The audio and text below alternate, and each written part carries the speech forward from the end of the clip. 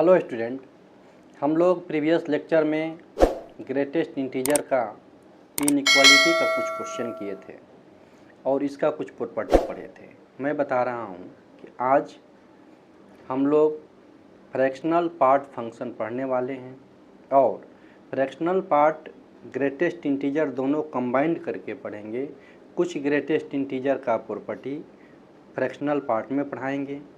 अब fractional part का property तो इसके साथ चलेगा ही, ठीक है। क्योंकि कुछ प्रॉपर्टी फ्रैक्शनल पार्ट पढ़ने के बाद ही समझ में आएगा तो बिल्कुल क्लियर हो जाएगा। चलो अब आज हम लोग कुछ टर्म स्टार्ट करते हैं। पहले तो फ्रैक्शनल पार्ट ऑफ एक्स के बारे में हम लोग जानते हैं। देखो जी,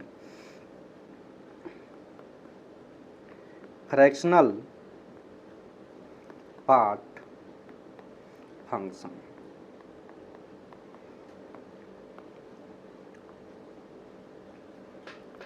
it is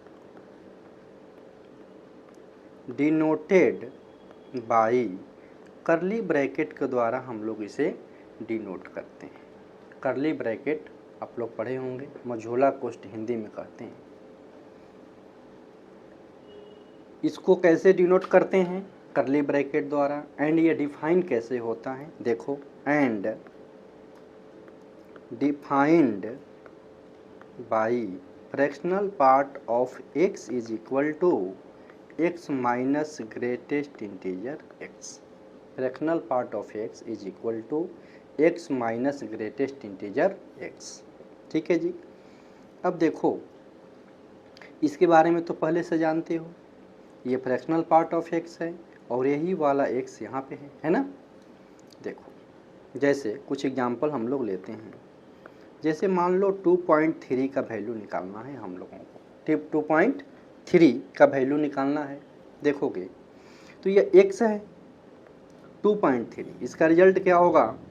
x मतलब 2.3 minus 2.3, done. This is equal to 2.3 minus greatest integer 2.3 के वैल्यू 2 होता है, हम लोग पहले से जानते हैं। तो this is equal to 0.3। This is equal to 0.3। मान लो 5.7 का वैल्यू निकालना होगा, तो 5.7 minus 5.7, this is equal to 5.7 minus 5 is equal to 0.7। ठीक है जी। फिर देखो 8.9 का वैल्यू निकालना होगा, तो क्या लिखेंगे? 8.9 minus 8.9 this is equal to 8.9 minus 8 is equal to 0.9। उसके बाद देखोगे, यदि हम लोग इंटीजर ले लेते हैं 5, ठीक है, तो 5 लेने पर क्या होगा? 5 greatest integer 5, this is equal to 5 minus 5 is equal to 0, चूँकि ग्रेटेस्ट इंटीजर 5 की वैल्यू 5 होता है। उसके बाद देखोगे -5 लेने पर भाई क्या होगा? -5 minus 5, this is equal to -5, और इसका वैल्यू ग्रेटेस्ट इंटीजर -5 की वैल्यू -5 होता है। Therefore -5 plus 5 is equal to 0।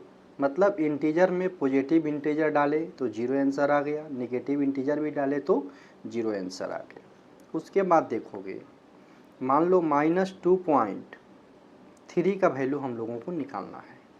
क्या लिखेंगे? -2.3, ये x हो गया ना, x -2.3 है, माइनस -2.3, तो this is equal to -2.3 minus, इसकी वैल्यू क्या होगा भाई? ग्रेटेस्ट इंटीजर के अंदर -2.3 है तो उसके लेफ्ट साइड वाला इंटीजर -3 होता है, तो हम लोग क्या लिखेंगे? -3।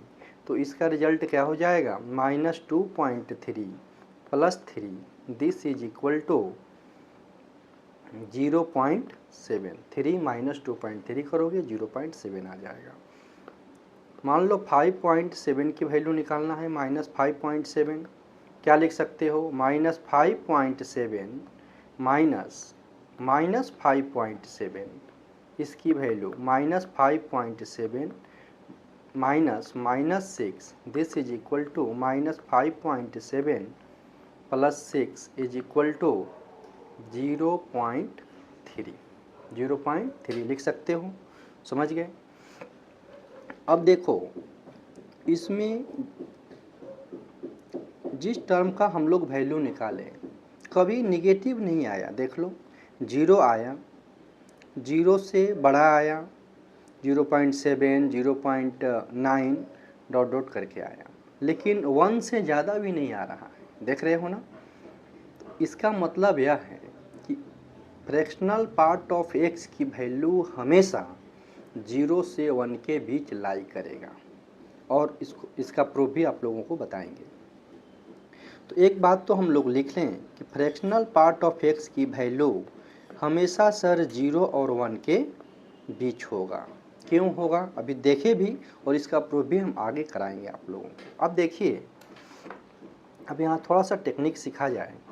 ये है fractional part of 2.3, fractional part of 2.3।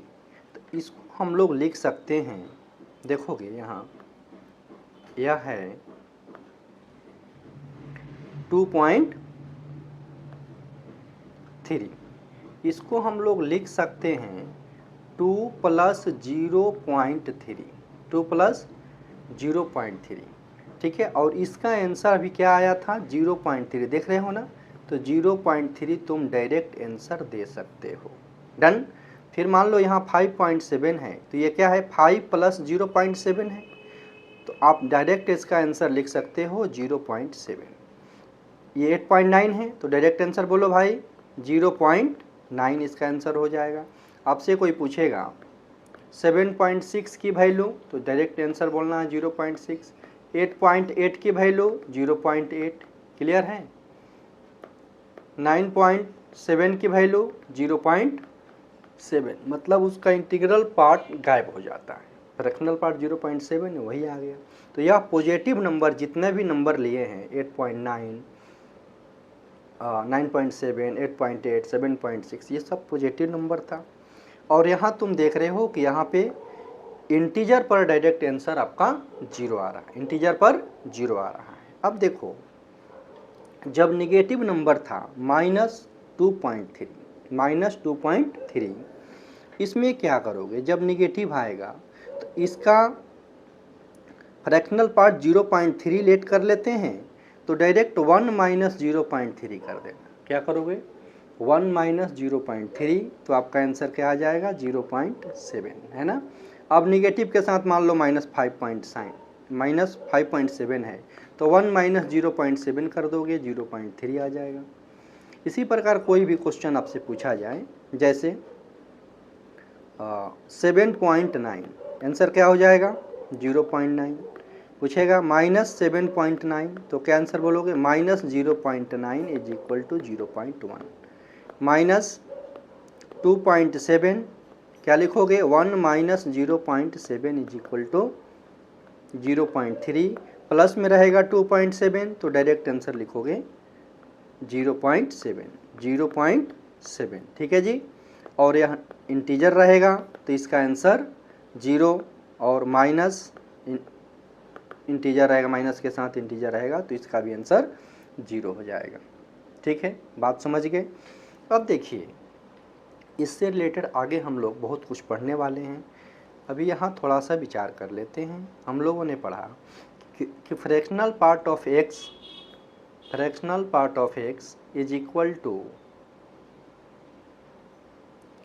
x minus greatest integer x। यहाँ एक बार मैं लिख देता हूँ, देख लीजिए।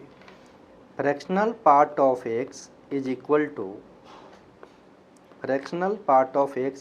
To x minus greatest integer x। तो x इज इक्वल टू क्या हो जाएगा fractional part of x plus greatest integer x, है ना। और मैं बता दूं आप लोगों को, इसको हमेशा f से डिनोट करेंगे, और यह हमेशा इंटीजर देगा तो इसको हम लोग i से डिनोट करेंगे। तो x is equal to F plus I, that is x is equal to I plus F लिखते हैं हम लोग, ठीक है जी। और ये दूसरा टर्म कि इसका वैल्यू हमेशा 0 से 1 के बीच लाई करता है। बस इतना ही आप लोग याद रखिएगा, फिर हम लोग नेक्स्ट कंसेप्ट लेकर चलेंगे, आगे बढ़ेंगे। Okay, thank you.